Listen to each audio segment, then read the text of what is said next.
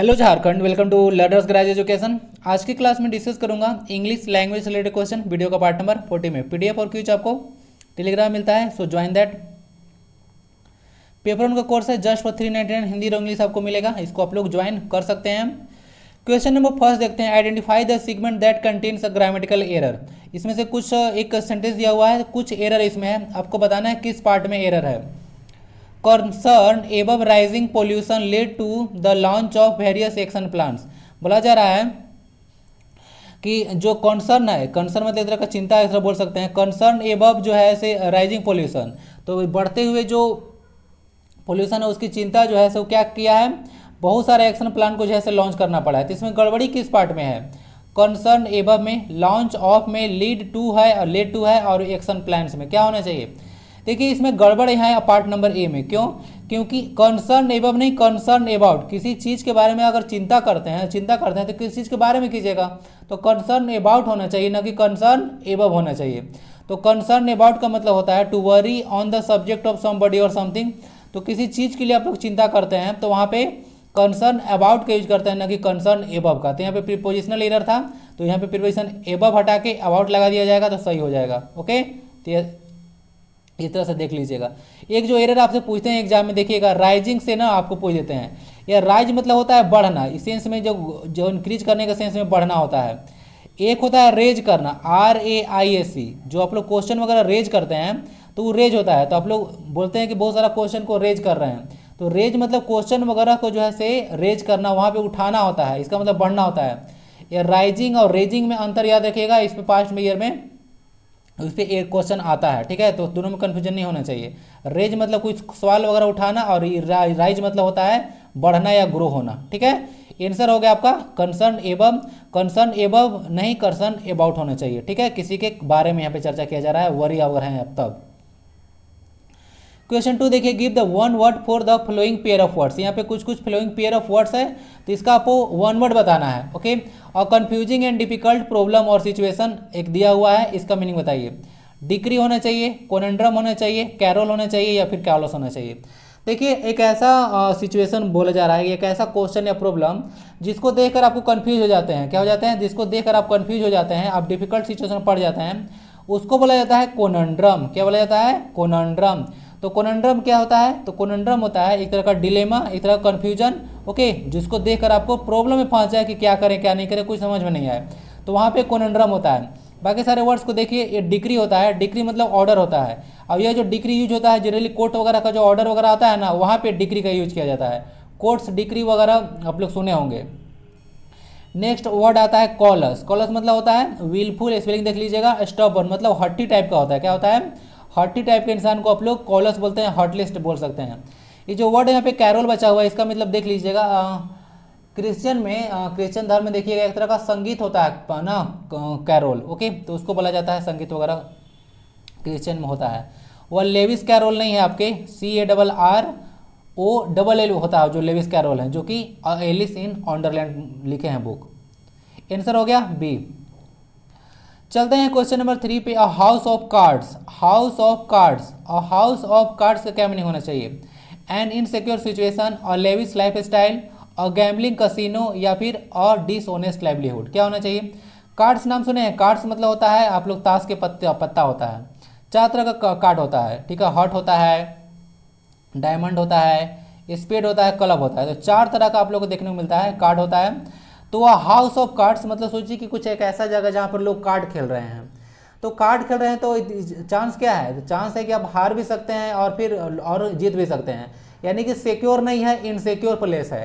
तो देखिए अ house of cards मतलब होता है एन इनसिक्योर सिचुएशन, यानी कि एक ऐसा सिचुएशन जो कि आपको इनसिक्योर लगे, उसके लिए आप लोग अ हाउस ऑफ कार्ड्स का यूज कर सकते हैं। ओके, तो क्लियर होगा। अ हाउस ऑफ कार्ड्स समझ लीजिएगा, इसका मतलब होता है एक इनसिक्योर सिचुएशन, ठीक है? जहाँ पे आप सिक्योर फील ना करें, ठीक है?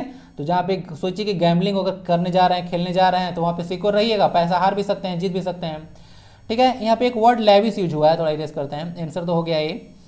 लेविस मतलब होता है बहुत ही ज़्यादा खर्चीला। लेविस मतलब बहुत ज़्यादा खर्चीला। इसके लिए देखिए वन वर्ड सब्स्टिट्यूशन भी पूछा जा चुका है, स्पेंड थ्रिफ्ट। स्पेंड थ्रिफ्ट एक वर्ड होता है ना, तो स्पेंड थ्रिफ्ट मतलब होता है बहुत ज़्यादा खर्चीला। अब इसका तो जस्ट अपोजिट हो जाएगा माइजर, मतलब कंजूस टाइप का, अ क्लोज फिस्टेड पर्सन। और कसिनो समझते हैं घर होता है जुआ घर, उसको कसिनो बोला जाता है। और डिसऑनेस्ट पर्सन यहाँ पे लाइवलीहुड है, तो ऐसा कुछ नहीं है। आंसर होगा option number A, N insecure situation. समझ गए, अ हाउस ऑफ कार्ड्स। इसको देखिए यूज कर लेते हैं, to look for jobs in mining field is a house of cards. बोला जा रहा है कि अगर जॉब आप लोग ढूंढना चाह रहे हैं माइनिंग फील्ड में, लुक फॉर मतलब होता है खोजना ना, लुक फॉर मतलब होता है खोजना, और लुक आफ्टर मतलब होता है देखभाल करना, तो इसको आइडिया रख सकते हैं। तो माइनिंग फील्ड यानी खनन के क्षेत्र में अगर आप जॉब ढूंढ रहे हैं तो वह क्या है, एक हाउस ऑफ कार्ड्स से करने मतलब बहुत सारा, अगर वहाँ से धूल कण वगैरह उड़ेगा तो आपके सांस के थ्रू कहाँ जाएगा, आपके श्वास के थ्रू आपका अंदर में जाएगा, तो सिलिकोसिस जैसा डिजीज वगैरह हो सकता है, यानी कि लाइफ वहाँ पे इनसिक्योर टाइप से हो जाएगा। तो बोल सकते हैं कि हाउस ऑफ कार्ड्स मतलब एक इनसिक्योर सिचुएशन में आप पढ़ सकते हैं। ओके, चलिए देखते हैं क्वेश्चन नंबर 4। क्वेश्चन 4 आता है, give one word for the following pair of words. Okay, here some of the words are given and after reading that you have to find out its correct one word. A natural home और environment of an animal, plant और other organisms. बोला जा रहा है कि एक natural home है, इसको ध्यान दीजिए, एक नेचुरल होम बोला जा रहा है किसका, नेचुरल होम या इन्वायरमेंट बोलिए, किसी एनिमल का या फिर कोई प्लांट हो या अदर ऑर्गेनिजम्स हो। फ्लोरा फाउना तो नाम सुने हैं, फ्लोरा मतलब फूल पत्ते और फाउना मतलब जीव जंतु, तो यानी कि इसके लिए प्लांट्स वगैरह के लिए समझ सकते हैं, प्लांट्स के लिए यूज होता है फ्लोरा और फाउना होता है एनिमल्स के लिए। तो जहाँ पे फ्लोरा और फाउना वगैरह पाया जाता है कोई ऐसा एक नेचुरल होम, तो उसको आप लोग क्या बोलते हैं, हैबिटेट, टेरिटरी, इन्वायरमेंट या फिर डोमेन। तो इसको बोला जाता है हैबिटेट। क्या है, हैबिटेट बोला जाता है। आई होप कि आइडिया आपको चल गया होगा, ठीक है, कि हैबिटेट बोला जाता है नेचुरल होम होता है प्लांट्स और एनिमल का, उसको हैबिटेट कहा जाता है। टेरिटरी या फिर इन्वायरमेंट वगैरह मत लगाइएगा, ठीक है। इन्वायरमेंट तो आपका चारों ओर का जो वातावरण है सबको आप लोग मिला जुला के आप लोग बोल देते हैं, ठीक है, इन्वायरमेंट है, ठीक है। यहाँ पे जो एक ऐसा एरिया के बारे में बात कर रहे हैं जहाँ पे एनिमल्स लोग रहते हैं उसको हैबिटेट कहते हैं, ठीक है। चलिए, वर्ल्ड हैबिटेट डे आप लोग 3 अक्टूबर को मनाते हैं ना, इसका शायद हिंदी मुझे तो ठीक से याद नहीं आ रहा है, पर्यावास कुछ करके होता है ना, हिंदी देख लीजिएगा, पर्यावास होता है जहाँ पर रहते हैं सब, हैबिटेट 3 अक्टूबर को मनाते हैं आप लोग world habitat day. Question number 5 को मूव करते हैं, improve the underline part of the sentence if necessary. अगर जरूरत हो तो इंप्रूव करना है, अदरवाइज नो इंप्रूवमेंट चला जाएगा। If I was your mother, comma है, I would refuse your proposal. देखिए प्रस्ताव वगैरह को आप लोग रिफ्यूज वगैरह करते हैं ना, इसको आइडिया रखिएगा। तो if I was your mother, इसमें क्या गड़बड़ी है, इफ आई हैव होने चाहिए, इफ आई एम होना चाहिए, या इफ आई वेयर होना चाहिए, या फिर नो इंप्रूवमेंट होना चाहिए। देखिए यहाँ पे पास्ट का अनफुलफिलमेंट विश के बारे में है। अगर आप बोल रहे हैं कि अगर मैं तुम्हारी माता होती तब तुम्हारा प्रपोजल को कभी स्वीकार नहीं करती, ठीक है, तो यहाँ पे पास्ट का एक ऐसा सिचुएशन के बारे में बात कर रहे हैं जो कि फुलफिल अब नहीं हुआ है। क्या है, नहीं हुआ है, तो उसके लिए स्ट्रक्चर आपको याद होगा। यहाँ पे बताया था कि पास्ट टेंस यूज होता है, प्रेजेंट वर्ब तो लगता नहीं है, और वाज भी नहीं लगता है पास्ट का, ठीक है। पास्ट का फ्यूचर और प्रेजेंट तो यूज होता ही नहीं है पास्ट के अनफुलफिल में, और पास्ट का वाज नहीं होता है, वेयर ही यूज होता है। तो आई के साथ भी वेयर, सी के साथ भी वेयर, दे के साथ भी वेयर, यू के साथ भी वेयर, सबके साथ वेयर ही यूज होता है। हैड भी यूज हो सकता है, ठीक है, मैं ऐसा नहीं कर रहा हूँ सिर्फ वेयर लगेगा, हैड भी यूज हो सकता है, लेकिन यहाँ पे वुड हैव लगेगा। फिर क्या लगेगा, वुड हैव प्लस भी3 वगैरह का आता है केस ना, तो वो अलग कंडीशनल होता है। यहाँ पे समझिए, if I was your mother नहीं, if I were your mother होना चाहिए। क्या होना चाहिए, इफ आई वेयर मदर हो जाएगा, I would refuse your proposal, तुम्हारा प्रपोजल को मैं अस्वीकार कर देती है, यहाँ पे मदर है तो देती, ठीक है। तो इससे जाएगा इफ आई वेयर लगना चाहिए ना कि इफ आई वाज। लग रहा है ना, बहुत ही इंपॉर्टेंट क्वेश्चन, आई के साथ वाज ले जाने वाला पढ़े हैं लेकिन आई के साथ वाज नहीं लगा। तो कंडीशन क्या था, यहाँ कंडीशनल सेंटेंस है, पास्ट के अनफुलफिल्ड विश के बारे में या इच्छा के बारे में बात किया जा रहा है। ओके, तो वहाँ पे वेयर लगेगा, आई के साथ भी लगेगा, ही के साथ भी, सी के साथ भी, किसी भी के साथ भी वेयर ही लगता है। नेक्स्ट एक इडियम आता है, to draw a blank. To draw a blank मतलब क्या होता है, देखिए ड्रॉ मतलब क्या होता है, ड्रॉ मतलब कोई चीज़ निकालना होता है, खींचना होता है, और ब्लैंक मतलब खाली, यानी कोई चीज़ खींचने पर आपको ब्लैंक हाथ लगा, यानी कुछ हाथ नहीं लगा, नील बटा सन्नाटा हो गया, ठीक है। तो उसके लिए एक इडियम के क्या मीनिंग होगा, टू फॉरगेट समवन क्लोज, यानी कि जो बहुत आपका नज़दीक था उसको भूल गए। टू बिकम अनकॉन्शियस, यानी कि अचेत हो गए, ठीक है, बेहोश पड़ गए आप। टू विन अ लॉटरी, एक लॉटरी आप लोग जीत गए। और टू गेट नो रिजल्ट, या फिर कोई रिजल्ट आप लोग नहीं मिला कोई चीज़ में। तो टू ड्रॉ अ ब्लैंक, सोचिए कुछ आप लोग खींचे और आप लोग ब्लैंक मतलब खाली मिल गया, यानी कि आपका क्या हो गया, कोई रिजल्ट ही नहीं मिला। तो टू गेट नो रिजल्ट्स के लिए यह इडियम यूज होता है, to draw a blank. Okay, तो ये इसको याद रखें, टू ड्रॉ अ ब्लैंक मतलब to get no results. He invested Rs 40,000 in share market but he drew a blank, मतलब कुछ उसके हाथ नहीं लगा, ठीक है, क्या लगा, कुछ उसके हाथ नहीं लगा, to get no results. Okay, इस तरह से इसको यूज किया जाता है सेंटेंस में। नेक्स्ट देखिए, एक एंटोनिम बताना है ग्रीसली का, तो ग्रीसली का एंटोनिम क्या होगा, क्या होगा, ग्रीसली एक वर्ड है, फ्रैग्रेंट, हैगार्ड, प्लीजेंट या फिर शार्पली। देखिए ग्रीसली मतलब होता है एक तरह का अनप्लीजेंट टाइप का, क्या होता है, ग्रीसली मतलब होता है अनप्लीजेंट टाइप का, तो अनप्लीजेंट का क्या होगा, अनप्लीजेंट का प्लीजेंट हो जाएगा, तो इसको बना लीजिए। अब देखिए यह फ्रेग्रेंट और जो प्लीजेंट है ना, तो उसमें थोड़ा सा क्या अंतर है कि फ्रेग्रेंट किसको बोलते हैं, फ्रेग्रेंट बोलते हैं सुगंध, यानी कि प्लीजेंट स्मेल को आप लोग सुगंध बोलते हैं, क्या बोलते हैं, जो प्लीजेंट स्मेल होता है, आप लोग जो डिफ्यूजन के थ्रू आपके पास जो आ रहा है इस तरह का गंध, तो जो प्लीजेंट स्मेल है, क्या है, प्लीजेंट स्मेल है, उसको आप लोग फ्रेग्रेंट बोलते हैं। तो ऑप्शन नंबर ए को टिक मत लगाइएगा, फ्रेग्रेंट मतलब प्लीजेंट स्मेल होता है ना कि प्लीजेंट। यहाँ पे ग्रीसली मतलब होता है अनप्लीजेंट टाइप का चीज, तो उसको प्लीजेंट जो है से बोल सकते हैं, ठीक है, सिचुएशन वर्क के बारे में बात करता है, स्मेल के बारे में नहीं, ठीक है, तो ऑप्शन नंबर ए चला जाएगा। इसका देखिए ग्रीसली मतलब क्या होता है, एक तरह का ऑफुल तरह का भद्दा टाइप का, ग्रीम टाइप का, टेरिबल टाइप का चीज होता है, ठीक है, तो इसका प्लीजेंट चला जाएगा।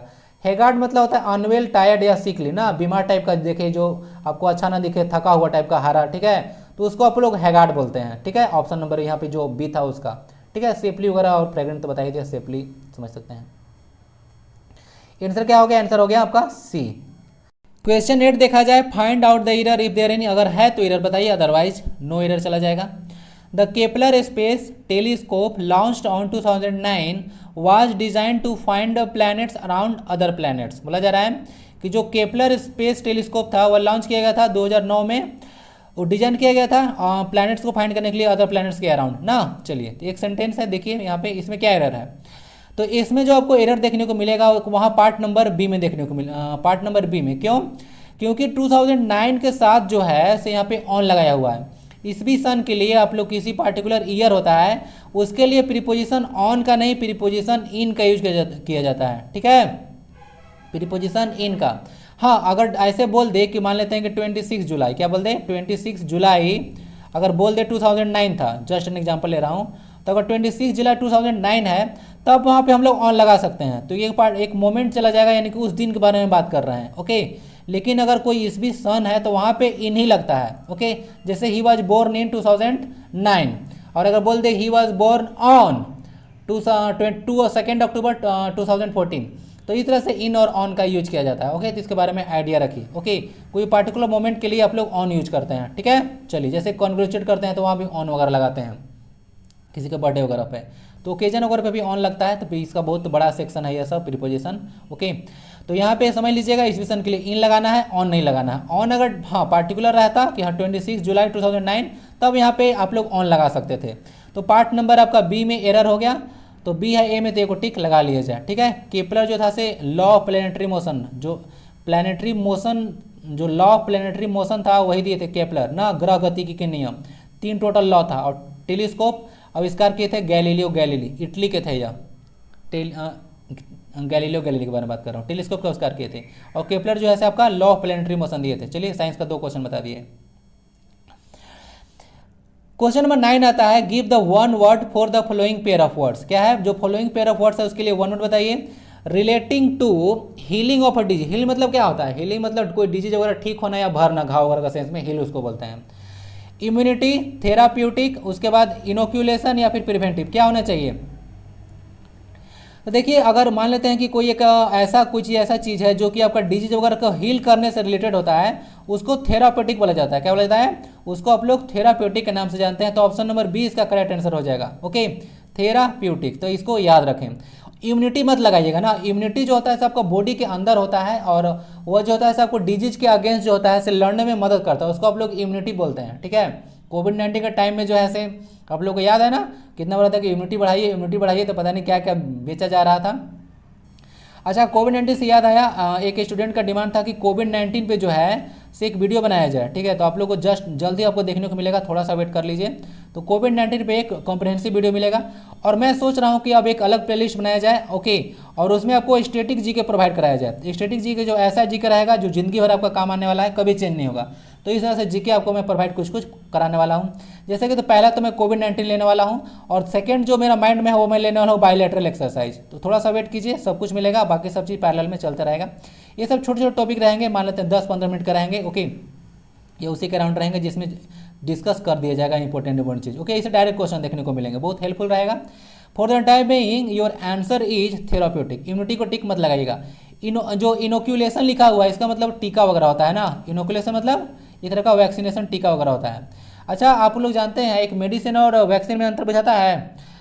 आप लोग मेडिसिन लेते हैं डिजीज के बाद, यानी कि कोई रोग को जो है से रोग से बचने के रोग हो जाता है उसके बाद उसको ठीक करने के लेते हैं, लेकिन रोग आपको ना हो उसके लिए वैक्सीन लगाया जाता है। तो वैक्सीन बहुत लोग नहीं लगा रहे हैं, लगवाइए।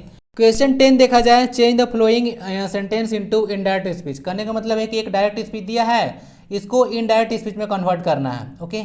देखिएगा सीजीएल का पैटर्न वगैरह कि इसमें डायरेक्ट इनडायरेक्ट से क्वेश्चन थोड़ा ज़्यादा देते हैं इन कंपेरिजन टू आपका देखिएगा एक्टिव पैसिव। लेकिन आप श्योर नहीं हो सकते हैं कि जो है से आपको डायरेक्ट और इनडायरेक्ट से ही ज़्यादा क्वेश्चन आएगा, वैसा नहीं आएगा, ओके। पास्ट का पेपर देके थोड़ा बोल सकते हैं आता है, लेकिन श्योर नहीं हो सकता, कंफर्म नहीं कर सकते हैं कि ऐसा ही आएगा, कुछ भी पूछा जा सकता है। तो हर एक चीज़ इक्वली इंपॉर्टेंट है आपके लिए। देखते हैं क्वेश्चन को, रीड करते हैं, उसके बाद इसका देखते हैं इनडायरेक्ट कैसे कन्वर्ट होगा। The doctor said to Mohan, don't take off your bandages from surgery before a week. एक वीक से पहले आपका जो है से बैंडेज वगैरह को उतारना नहीं, इस तरह से कुछ कहा जा रहा है। तो क्या इसका होना चाहिए, इस सेंटेंस किस तरह का पहले अंडरस्टैंड कीजिए। डोंट वगैरह है, यहाँ पे इंपरेटिव सेंटेंस है, ठीक है, जहाँ पे ऑर्डर, रिक्वेस्ट, एडवाइस वगैरह होता है, प्रोहिबिशन होता है, वहाँ पे एक तरह का इंपरेटिव सेंटेंस आता है। क्या आता है, इंपरेटिव सेंटेंस आता है। और जिसका आप लोग इनडायरेक्ट स्पीच में क्या करते हैं, दैट नहीं यूज होता है। इंपरेटिव सेंटेंस में जो वर्ड दैट होता है वो यूज नहीं होगा। तो अगर कहीं पे दैट लगा के दिया रहेगा तो उसको काट लीजिएगा, ओके। और यहाँ पे तो आपके लिए एक बुरी खबर है, कहीं पे दैट यूज नहीं किया है तो कोई ऑप्शन कटा नहीं अब तक। ऑप्शन को छांटने का जरूर कोशिश किया कीजिए, ओके। उसके बाद देख लीजिएगा, उसके बाद 2+V1 यूज होता है। और अगर 2+V1 होगा और अगर निगेटिव सेंटेंस होगा तो डोंट वगैरह यूज होगा। तो वहाँ पे डोंट मतलब क्या बताता है, प्रोहिबिट करता है आपको। तो वहाँ पे नोट प्लस 2+V1 लगेगा। तो इसको याद रखिएगा, कहीं पे V1 अगर नहीं रहे, V2 वगैरह रहे, तो भी उस ऑप्शन को काट देना है आपको। तो नोट प्लस 2+V1 आएगा निगेटिव में, और जनरली 2+V1, दैट भी यूज नहीं होता है। तो देखिए कहाँ पे डॉक्टर आस्ट मोहन, नोट 2 हो गया, तो आस्ट तो कर नहीं रहे थे तो कट गया, सेट 2 का सेट 2 ही छोड़ दिया तो कट गया। उसके बाद आता है द डॉक्टर फॉरबेड मोहन। एक फॉरबेड मोहन है बच्चा, एक एडवाइस्ड मोहन है। तो देखिए फॉरबेड मोहन और जो not to take off his bandages from surgery from a week, ये जो से भी कट गया। ध्यान दीजिएगा, यह कटा क्यों, एक बहुत ही इंपॉर्टेंट कॉन्सेप्ट बता रहा हूँ, याद रखिएगा। फॉरबेड जो है से ऑलरेडी एक नेगेटिव वर्ड है। क्या है, फॉरबेड जो है से एक ऑलरेडी नेगेटिव वर्ड है, तो इसके साथ नोट फिर से यूज नहीं होगा। इसको याद रखिएगा, ऐसे ऑप्शन आपको भर भर के दिए जाते हैं, फॉरबेड भी दे देंगे और नोट भी दे देंगे, तो यहाँ कंफ्यूज कर जाइएगा। फॉरबेड जो है इसका मतलब होता है मना करना, तो इसका मतलब ऑलरेडी एक नेगेटिव वर्ड है, तो इसके साथ जो है से नोट यूज नहीं होता है, यानी कि आपका ऑप्शन नंबर डी हो जाएगा। द डॉक्टर एडवाइस दे रहा है भाई कि मत करना, तो doctor advice Mohan not to take off. देखिए नोट टू के बाद V1 आया है, उसके बाद टेक ऑफ लगा हुआ है, टेकन ऑफ नहीं होगा, V1 ही होगा, टेक ऑफ है उतारना। His bandages from surgery before a week, ठीक है, तो इसके जैसे ऐसे यूज होता है, ठीक है। चलिए हो गया आपका, तो याद रखिएगा, तो ऑप्शन नंबर डी हो जाएगा, समझ गए। तो ये सब चीज़ याद रखिएगा, देख लीजिएगा, जो फॉरबेड है, प्रोहिबिट है और इंटरडिक्ट है, ये सारे निगेटिव वर्ड्स है। तो इसके साथ अगर निगेटिव ऑलरेडी निगेटिव वो कुछ वर्ड यूज करके दे तो समझ जाइए कि वो पार्ट आपका आंसर नहीं होने वाला है। इसके साथ जो है नोट नहीं लगता है, इसका मतलब होता है ऑलरेडी निगेटिव एक वर्ड है ये सब ना, तो इसको आइडिया रखना है। चलते हैं क्वेश्चन नंबर 11 पे, समझ में आ चुका है, इंपरेटिव सेंटेंस का था। फिर से एक वन वर्ड बताइए, an institution for the care of people who are mentally ill. जो मेंटली इल होते हैं उन लोगों को केयर करने के लिए, क्या करने के लिए, केयर करने के लिए एक संस्थान होता है, उसको आप लोग क्या बोलते हैं। और झारखंड में क्या है, आप लोगों को अगर कोई नॉर्मली सेंस में आप लोग बोलते होंगे, कोई ज़्यादा मतलब अजीब तरह से बिहेव करता है, तो क्या बोलते हैं कि यह कांके से रिटायर्ड हो गया है। क्या हो गया है, कांके से रिटायर्ड हो गया था। कांके में एक पागल खाना है, ठीक है, मेंटली जो इल होते हैं उनका इलाज किया जाता है, ठीक है। कोई बोलेंगे कि आप भी चले जाइए सर। तो देखते हैं, give the one word for the following pair of words. तो उसको क्या बोलते हैं आप लोग? डोरमिट्री, इन्फर्मरी, एसाइलम या फिर सैनिटोरियम, क्या होगा? देखिए, एक ऐसा प्लेस जहाँ पे जो मेंटली इल पीपल होते हैं उनको रखा जाता है, ठीक है, इलाज करने के लिए, उसको आप लोग असाइलम बोलते हैं। क्या बोलते हैं? एसाइलम के नाम से जानते हैं, तो इसको याद। Okay, then the correct answer is asylum. तो असाइलम इसका होता है। बाकी सारे वर्ड्स का मीनिंग देख लेते हैं। डोरमेट्री मतलब होता है हॉस्टल ना, हॉस्टल होता है रहने वगैरह का, खाने वगैरह का फैसिलिटी। ओके, पढ़ने वगैरह का भी हॉस्टल में हो जाता है मीनिंग। अब इन्फर्मरी मतलब होता है a room in a school, college, office where students can go when they are injured. ध्यान दीजिएगा, जहाँ पर इलाज करने के लिए स्कूल वगैरह में थोड़ा सा छोटा सा एक रूम होता है। अगर देखिएगा स्पोर्ट्स वगैरह होता है या बहुत सारे स्टूडेंट्स होते हैं ना, तो इन्फर्मरी स्कूल में बना कर रखा जाता है, क्योंकि बच्चे वगैरह रहते हैं, तो हो सकता है किसी कारणवश अगर उनको चोट लग जाए तो वहाँ पे तुरंत हॉस्पिटल नहीं आ पाएंगे, तो फर्स्ट एड जो है से वहाँ पे दे दिया जाता है स्कूल में ही, तो उसको इन्फर्मरी बोला जाता है। तो इसको बारे में आइडिया रखिएगा। सैनिटोरियम क्या होता है? और hospital for long treatment of people, ठीक है, जहाँ पे पीपल को लंबे समय तक इलाज चलता है उसको आप लोग सैनिटोरियम बोलते हैं, ठीक है। तो जो अगर कोई ऐसा बीमारी से ग्रस्त है जो ठीक नहीं हो रहा है तो उसको सैनिटोरियम में डाल दिया जाता है, जैसे मुन्ना भाई एमबीबीएस में आप लोग देखे होंगे, ठीक है, तो सैनिटोरियम बोल सकते हैं। आंसर क्या हो गया? आंसर हो गया असाइलम। बाकी सारे वर्ड्स क्लियर होंगे। चलते हैं क्वेश्चन 12 पे। Improve the underline part of the sentence. Improve करना है आपको। I am so hungry that I could ate a horse. देखिए, could I eat a horse का मतलब होता है बहुत ज़्यादा खा जाना, ठीक है, बहुत खाना। बोला जा रहा है कि मैं इतना ज़्यादा हंग्री हूँ कि मैं घोड़ा खा सकता हूँ। अरे कहने का मतलब है घोड़ा क्या खाइएगा, मीनिंग समझिए। कहने का मतलब है कि बहुत ज़्यादा खाऊंगा, ठीक है, 3-4 प्लेट खा जाऊंगा। तो क्या होना चाहिए इसका मतलब इसको जो कुड एट ना अंडरलाइन है, तो कुड एट जो अंडरलाइन है इसको कौन रिप्लेस कर सकता है? Could have ate, could eat, could eaten या फिर नो इम्प्रूवमेंट। तो आपको मैं कुड के बाद मॉडल भावना है जी, क्या है? कुड के बाद मॉडल भाव। तो आपको कितना बताया हूँ कि कुड के बाद हमेशा भी वन लगता है, तो आप लोग सुनते नहीं हैं। तो कुड के बाद हमेशा भी वन आएगा, यहाँ पे भी टू लग दिया है, ईट एट एम, तो कुड ईट होगा ना कि कुड एट। ओके, तो इस तरह से जाता है। उसी तरह से डीड वगैरह के साथ भी देख लीजिएगा, डीड के साथ भी भी वन लगता है, डच के साथ भी वन लगेगा और डू के साथ भी वन लगेगा। तो ये सब कुछ कुछ चीज़ आपको आइडिया होना चाहिए। आंसर हो गया बी, कुड ईट होगा न कि कुड ईट ईटेन या एट। नेक्स्ट देखते हैं, इनकरेक्टली स्पेल्ड वर्ड बताइए। एक है यहाँ पे बॉकेट लिखा हुआ है, उसके बाद लिखा हुआ है बोर्जियस, उसके बाद लिखा हुआ है बुटीक, एक बार बोवाइन लिखा हुआ है। तो इसमें कौन जो है से इनकरेक्टली स्पेल्ड वर्ड है? तो ऑप्शन नंबर ए जो है से इनकरेक्टली स्पेल्ड वर्ड है। इसका जो स्पेलिंग बकेट का देख रहे हैं यह सही नहीं है। तो बकेट जो होता है, बॉकेट जो होता है, देखिए ये होता है आपका BOUQUET होता है, सी नहीं होता है क्यू के पहले। तो इसका मतलब होता है बंच ऑफ फ्लावर्स, गुलदस्ता। देखें, अरे भाई जब देखे होंगे कहीं गिफ्ट वगैरह में, चाहे कोई हॉस्पिटल में किसी से मिलने जाता है तो बड़ा सा गुलदस्ता लेके जाता है, ठीक है, ताकि इंप्रेस हो सके, ठीक है, अरे भाई बड़ा भाई फूल लाया है, तो इंप्रेस हो जाता है लोग, तो उसको बोलते हैं बॉकेट, फूलों का गुच्छा, गुलदस्ता टाइप से बोल सकते हैं, तो उसको बंच ऑफ फ्लावर बोलते हैं। जो बार्गियोस यहाँ पे लिखा हुआ है इसका मतलब होता है जो कोई चीज़ मिडिल क्लास से रिलेटेड होता है उसको बोलते हैं बॉर्जियस टाइप का चीज़। बाकी एक वर्ड एक देखने को मिल रहा है बुटीक, क्या है? एक बुटीक है, तो इसका मतलब क्या होता है?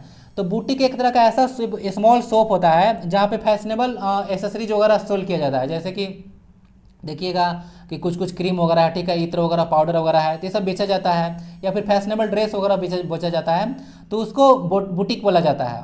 और बोवाइन मतलब होता है कैटल, रिलेटेड टू कैटल, यानी कि पशु वगैरह से जो रिलेटेड चीज़ होता है उसको बोवाइन बोला जाता है, ठीक है। और कैटल एक प्लूरल नाउन है। आंसर इज ए, सही स्पेलिंग देख लीजिएगा, सबका मीनिंग बता दिया। सिनोनिम बताना है आपका एक्सल्टेशन का। एक्सल्टेशन मतलब क्या होता है, इसका सिनोनिम बताइए। Depression, irritation, agitation, जुबिलिएशन।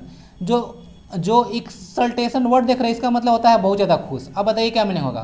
तो अब इसका मीनिंग हो जाएगा जुबिलिएशन। तो एक्सल्टेशन का मतलब होता है खुश होना, तो इसका सिनोनिम्स हो जाएगा jubilation. Option number D is it's correct answer. Clear?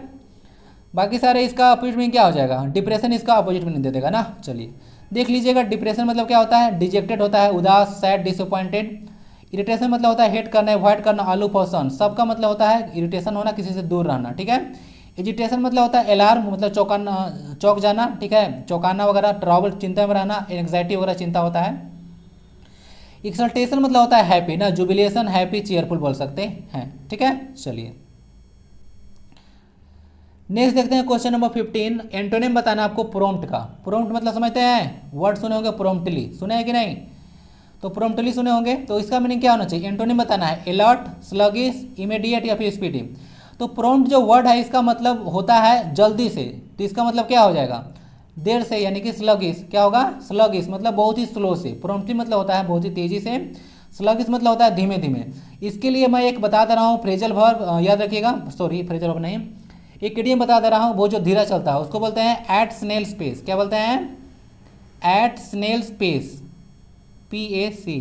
तो एट स्नेल स्पेस मतलब होता है बहुत ही धीमे चलना, ठीक है, उसको बोलते हैं एट स्नेल स्पेस। तो वही स्लगिश होता है जो कि बहुत धीरे धीरे होता है, उसको बोलते हैं प्रॉम्प्ट मतलब जल्दी से, ठीक है। चलिए बाकी यहाँ पे देख लीजिएगा, प्रॉम्प्ट जो वर्ड है इसका सारा जो है इमीडिएट, स्पीडी, अलर्ट होगा, सारा इसका सिनोनिम्स था। स्लगिश इसका एंटोनिम हो गया।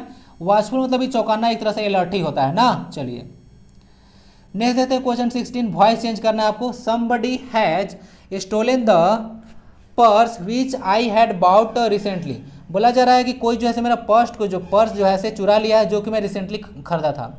इसका क्या मीनिंग होगा? तो देखिए इसका बनेगा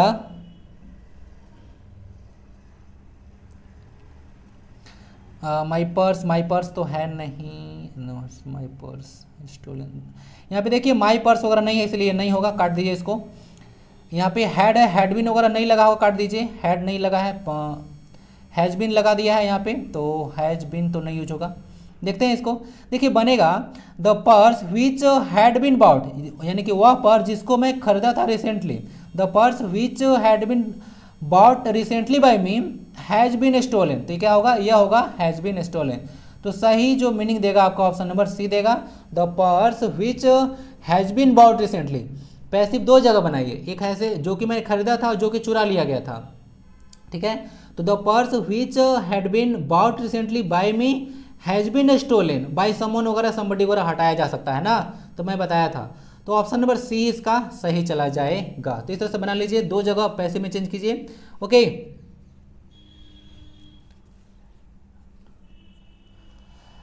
the purse which had been bought recently by me has been stolen, उसको चुरा लिया गया है, ठीक है। जो मेरे द्वारा खरीदा गया था, the purse which has been bought recently में, जो हाल ही में खरीदा गया था, उसी ने किसी ने उसको चुरा लिया है, किसी के द्वारा चुरा लिया गया है, ठीक है। चलिए सी होगा। चलिए क्वेश्चन 17 देखते हैं। Give the meaning of the idiom keep once head. Keep once head का मतलब क्या होना चाहिए? तो कीप वंस हेड का मतलब क्या होना चाहिए? Be honest, be become conceited, remain calm, या फिर रेस्पेक्ट वन सेल्फ, खुद का रेस्पेक्ट वर्क करना। देखिए कीप वंस हेड का मतलब होता है बहुत ही शांत रहना। क्या रहना? बहुत ही शांत रहना। तो अगर बात करें झारखंड में सबसे ज़्यादा शांत कौन है? तो MS धोनी जी। तो MS Dhoni always keep his mind, क्या होगा? Always keeps his mind under any circumstances. Under any circumstances, देखिए भी एक फ्रेज जैसा यूज होता है, याद रखिएगा, किसी भी परिस्थिति में जो है से उसके लिए यूज होता है अंडर एनी सर्कमस्टांसेस, तो याद रखिएगा।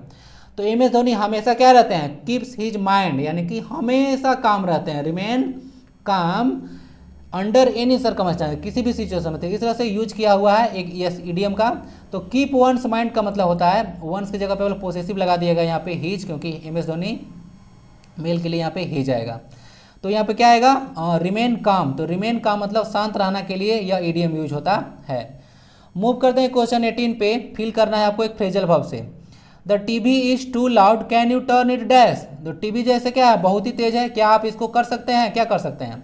अब देखिए टीवी बहुत ज़्यादा लाउड है, तो लाउड है तो इसको आप लोग साउंड कम करने के लिए बोलिएगा या फिर बंद करने के लिए बोलिएगा? तो बंद करने के लिए मत बोलिएगा, ठीक है, इस तरह का सेंस नहीं जाएगा। जब कोई बहुत ज़्यादा लाउड है तो उससे आपको इरिटेशन है, तो उसको साउंड को कम करने से आपका इरिटेशन कम हो जाएगा। तो आपको सोचना इस तरह से है, the TV is too loud, तो आप लोग बंद करने के लिए मत बोल दीजिएगा, बोलिएगा कर भाई थोड़ा साउंड कम कर लो, ठीक है, बंद कीजिएगा तो भाई रिमोट तोड़ ताड़ के चला जाएगा। तो the TV is too loud, can you turn it, क्या? Turn down, turn off, turn on या फिर टर्न ऑफ। तो यहाँ पे टर्न डाउन होगा, क्या होगा? Turn down. टर्न डाउन का मतलब होता है किसी का आवाज़ वगैरह को धीमा करना, उसके लिए टर्न डाउन का आप लोग यूज करते हैं। क्लियर? समझ चुके होंगे। तो इसीलिए अगर लाउड था तो उसका साउंड को कम करने के लिए बोलिए, न कि बंद करने के लिए बोलिए। टर्न ऑफ का मतलब बंद करना होता है। ओके, तो करेक्ट आंसर क्या हो गया? करेक्ट आंसर हो गया down. Okay, turn down. Turn down मतलब किसी के वॉल्यूम को लोअर कर देना। आइए मीनिंग देख लेते हैं। टर्न डाउन का मतलब क्या होगा, लोअर द वॉल्यूम, वॉल्यूम को कम करना। टर्न अप मतलब क्या होता है, टू फाइंड और लॉस्ट थिंग। ये देखिए टर्न अप मतलब होता है कोई अगर चीज़ आपको भूल गया है और मिल गया तो उसको टर्न अप बोलते हैं। क्या बोलते हैं, टर्न अप। टर्न ऑन का मतलब तो इसको पता होगा कि टर्न ऑन कर दो भाई, यानी कि स्टार्ट कर दो। और टर्न अप मतलब होता है बंद कर देना। ओके, तो टर्न अप मतलब आएगा टर्न डाउन होगा। साउंड वगैरह ज़्यादा था तो उसको कम करने के लिए बोलिए। ओके, ऑप्शन नंबर ए सही होगा। बाकी सारा फ्रेजल वर्ब को देख लीजिएगा, इस तरह से पूछा जाता है फ्रेजल वर्ब से क्वेश्चन। वॉइस चेंज कीजिए, the old people were being taken care of by Rajesh. Rajesh जो है से ओल्ड पीपल जो हैं से उनका देखभाल किया जा रहा है राजेश के द्वारा। तीसरा से मीनिंग है, तो एक पैसिव वॉइस में है ना, तो पैसिव वॉइस है, इसको एक्टिव वॉइस में कन्वर्ट कीजिए। सबसे पहले तो आप यह पहचानिए कि सेंटेंस है किसका है। वेयर के बाद बीइंग प्लस भीतरी है, इसका मतलब पास्ट का है। क्या है, पास्ट का है, और ये पास्ट कंटिन्यूअस है, तो वाज वेयर के बाद आपको देखिएगा V4 लगना चाहिए एक्टिव में। जहाँ भी इज हैज दिख रहा है चुपचाप काटिए आंख मुनकर। हैड भी दिख रहा है उसको भी काटिए, टेंस चेंज होता ही नहीं है इसमें। एक ही ऑप्शन बचा, देखिए इतना आराम से आप लोग कर सकते हैं active passive. Okay, Rajesh was taking care of the old people. अब यहाँ पे केयर के साथ एक प्रीपोजिशन लगने के बाद ही बाई लगेगा, याद रखिएगा। केयर के साथ ऑफ लगता है, उसके बाद जो है आपको प्रीपोजिशन लगाना है ना, बाई प्लस ऑब्जेक्ट। तो केयर ऑफ बाई राजेश, तो Rajesh was taking care of the old people, तो यही इसका सही एक्टिव फॉर्म होगा। बाकी क्यों कट गया, हैज हैड इज तो लगेगा नहीं, बता दिया। टेंस चेंज नहीं होता है एक्टिव पैसिव में ना, टेंस चेंज आपका डायरेक्ट इनडायरेक्ट में होता है। ठीक है, चलिए जैसे अभी वाज टेकिंग था ना, तो ये आपका चल जाता पास्ट परफेक्ट में चला जाता, इस तरह से होता है। तो टेंस चेंज वॉइस में नहीं होगा, तो वाज के बाद V4 लगा लीजिए, एक्टिव में हो जाएगा। यहाँ वाज वेयर के बाद बीइंग प्लस V3 पैसिव में होता है। क्वेश्चन 20 देखिए, फिल करना है आपको फ्रेजल वर्ब से। I can't get dash the cold I caught last week. बोला जा रहा है कि मैं क्या नहीं कर सकता हूँ, वह कोल्ड जो मुझे लास्ट वीक पकड़ा था। Get over, get in, get at या फिर गेट ऑफ, क्या होना चाहिए। देखिए आप लोग कहना चाह रहे हैं कि मैं जो है से जो ठंड हमको लगा था लास्ट वीक, उसको मैं भूल नहीं पा सकता हूँ। क्या है, वह मुझसे भूल नहीं सकता हूँ। तो वहाँ पे चादर वगैरह तान के हमेशा रह रहा है, ठीक है, धूप में भी कितना डर गया है। तो यहाँ पे गेट ओवर का यूज होगा, क्या होगा, गेट ओवर। गेट ओवर क्यों, क्योंकि गेट ओवर का मतलब होता है भूलना। तो मैं भूल नहीं सकता हूँ, इसको याद रखिएगा, गेट ओवर मतलब होता है भूलना। तो मैं भूल नहीं सकता हूँ वह कोल्ड यानी कि जो ठंडा जो मुझे लास्ट वीक पकड़ लिया था। ठीक है, यानी कि जो ठंड मुझे लगा था लास्ट वीक, उसको मैं भूल नहीं सकता हूँ। तो गेट ओवर लगा लीजिएगा, मीनिंग देगा आपका ऑप्शन नंबर ए। तो गेट यहाँ पे ऑलरेडी था, यहाँ पे ओवर लगा दीजिए, तो बन गया गेट ओवर। गेट क्या है, गेट आपका एक वर्ब है, ओवर क्या है, एक प्रीपोजिशन। वर्ब प्लस प्रीपोजिशन क्या बना, तो verb plus preposition phrasal verb बन गया। ठीक है, तो ऐसे यूज होता है। क्वेश्चन 21 देखिए, fill in the blank with phrasal verb. Correct phrasal verb से आपको भरना है। The journey of Mansarovar has been dash today due to bad weather. Bad weather के चलते क्या हो गया, जो मानसरोवर की यात्रा क्या किया गया, कॉल ऑन किया गया, कॉल इन किया गया, कॉल अप किया गया, फिर कॉल ऑफ किया गया। तो देखिए यहाँ पे आप लोग देख सकते हैं, जो मानसरोवर की यात्रा है बैड वेदर के चलते क्या किया होगा, रोक दिया गया होगा। तो कहीं पे रोक देना, स्थगित कर देने के लिए आप लोग कॉल ऑफ का यूज करते हैं। बहुत ही एक इंपॉर्टेंट फ्रेजल वर्ब है कॉल ऑफ। कॉल ऑफ मतलब कोई चीज़ के लिए स्थगित कर देना, उसके लिए आप लोग कॉल ऑफ बोलते हैं। ठीक है, सस्पेंड कर देना।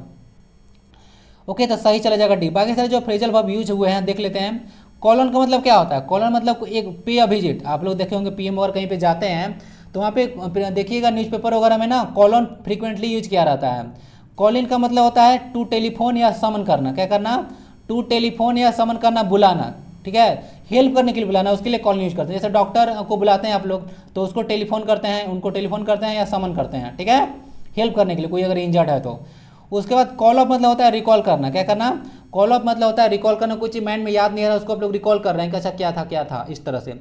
जैसे कल मैं भूल गया था कि कल बताया था कि शिफ्टिंग एग्रीकल्चर को बताया था कि मैक्सिको में क्या बोलते हैं, तो मैक्सिको में उसको मिल्पा बोला जाता है। तो बाद में मुझे याद आया, तो इस समय कल रिकॉल कर रहा था तो हो ही नहीं रहा था।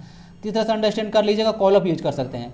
और ये जो कॉल ऑफ का मतलब होता है पोस्टपोन कर देना, सस्पेंड कर देना, तो वही इसका आंसर हो गया। ठीक है, चलिए आंसर इज डी। देखते हैं question number 22, fill in the blank with correct phrasal verb. फिर से एक फ्रेजल वर्ब से डालिए इसको और मीनिंग बताइए इसका। Dash your dirty boots before you enter the house. अब डर्टी बूट्स है, यानी कि बूट्स मतलब ये जूता होता है, बूट मतलब जूता होता है, पता होगा, शूज होता है ना। अब ये सब पेयर नाउंस होता है, पेयर नाउंस होते हैं, प्लूरल होते हैं, ये अपने साथ प्लूरल वर्ब लेते हैं। ठीक है, इसको आइडिया रख ले थोड़ा सा। देखिएगा, dash your dirty boots before you enter the house. Take on, take off, take in या फिर टेक डाउन, क्या होना चाहिए? तो यहाँ पे जो आपका मीनिंग होगा टेक ऑफ होगा। क्या होगा? Take off. टेक ऑफ मतलब क्या होता है? टेक ऑफ मतलब होता है कोई चीज़ को उतार देना। क्या होता है? कोई चीज़ को उतार देना। आप लोग याद कीजिए, अभी जो मैं एक शायद डायरेक्ट था इनडायरेक्ट था, इनडायरेक्ट था ना, याद है? डोंट वाला जो अभी इनडायरेक्ट में स्पीच पढ़ाया उसमें था ना, don't take off your bandages 1 week, मतलब बिफोर 1 वीक था ना, तो वहाँ पे टेक ऑफ था ना। तो टेक ऑफ मतलब उतारना होता है। तो कहीं भी कोई चीज़ पढ़ते हैं ना तो ऐसे पढ़ा कीजिए। देखिए टेक ऑफ वहाँ भी यूज हुआ था।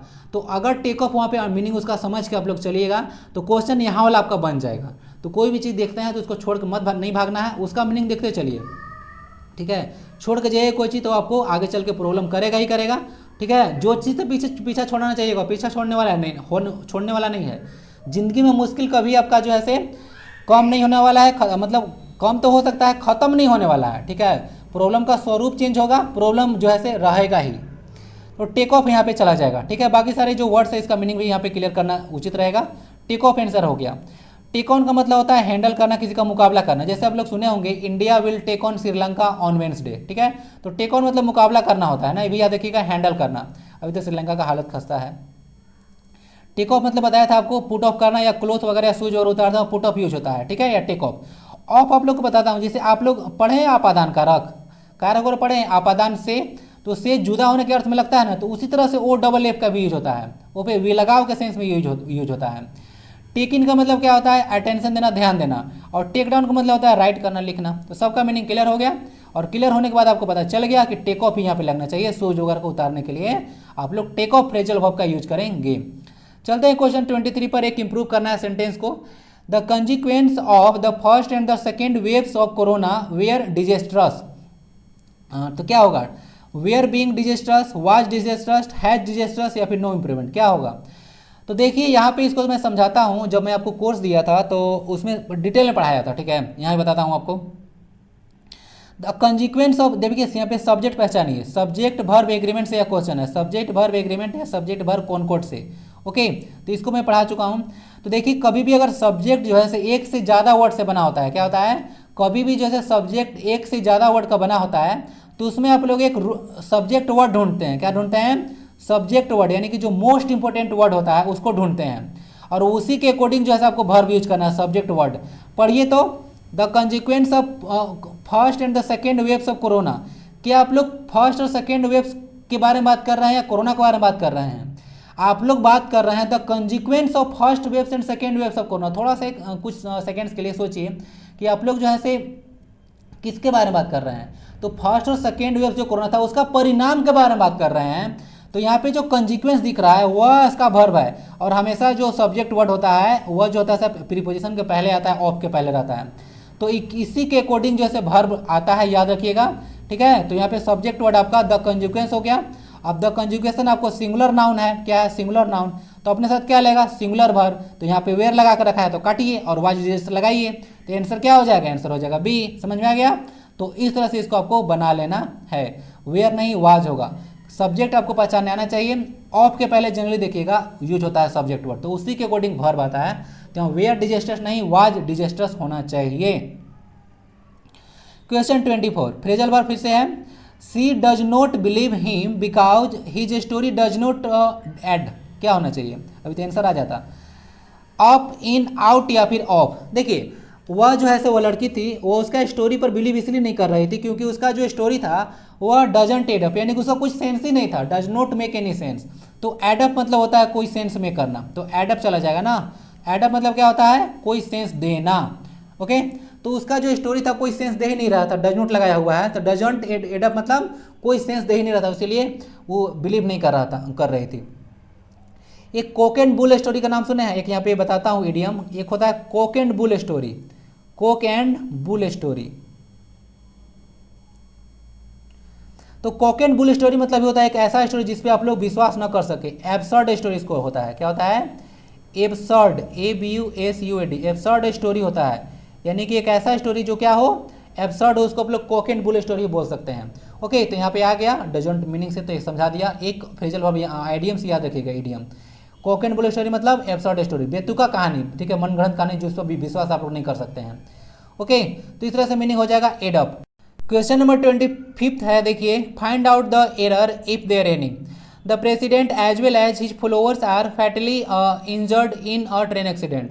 देखिए फैटली एक वर्ड होता है, फैटल मतलब होता है एक तरह का एक घात चोट हो रहा है ऐसा लग जाना, जो कि अंततः क्या हो जाता है, अंततः में लोगों की जो है से मृत्यु हो जाता है, उसके लिए फैटली इंजर्ड बोला जाता है, ठीक है।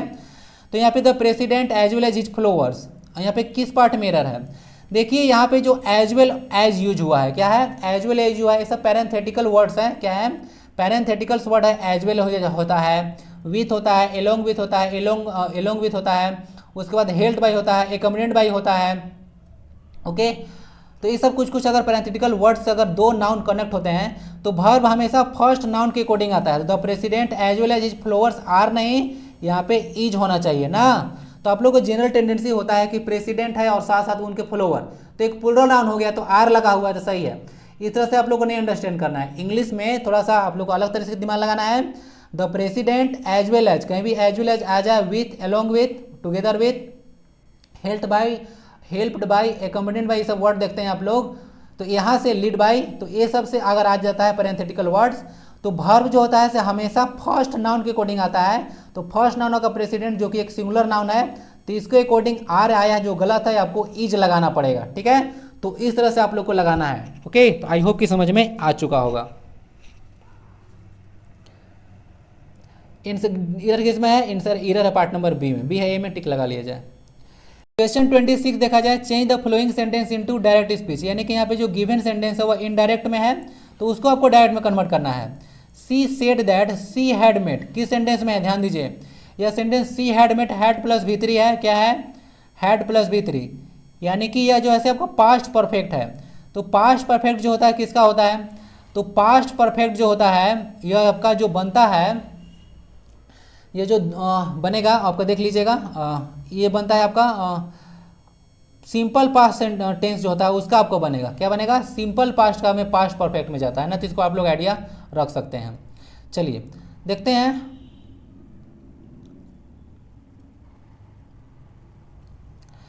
तो हैड मेट है तो कहाँ हो जाएगा, यहाँ पे आई मीट लगा दिया है तो she he said I meet and old friend तो नहीं होगा, ठीक है, आई मीट नहीं होगा। स्टरडे वगैरह लगा हुआ है तो मीट नहीं, आपको जो है से V1 नहीं लगेगा ना, V2 लगेगा। She said I met an old friend yesterday, यहाँ पे देखते हैं आई वाज मीटिंग हो जाएगा, ये तो नहीं होने वाला है। उसके बाद she met an old friend the day before, यहाँ पे द डे बिफोर नहीं लगेगा ना, द डे बिफोर आपको लगता है इनडायरेक्ट में, डायरेक्ट में नहीं।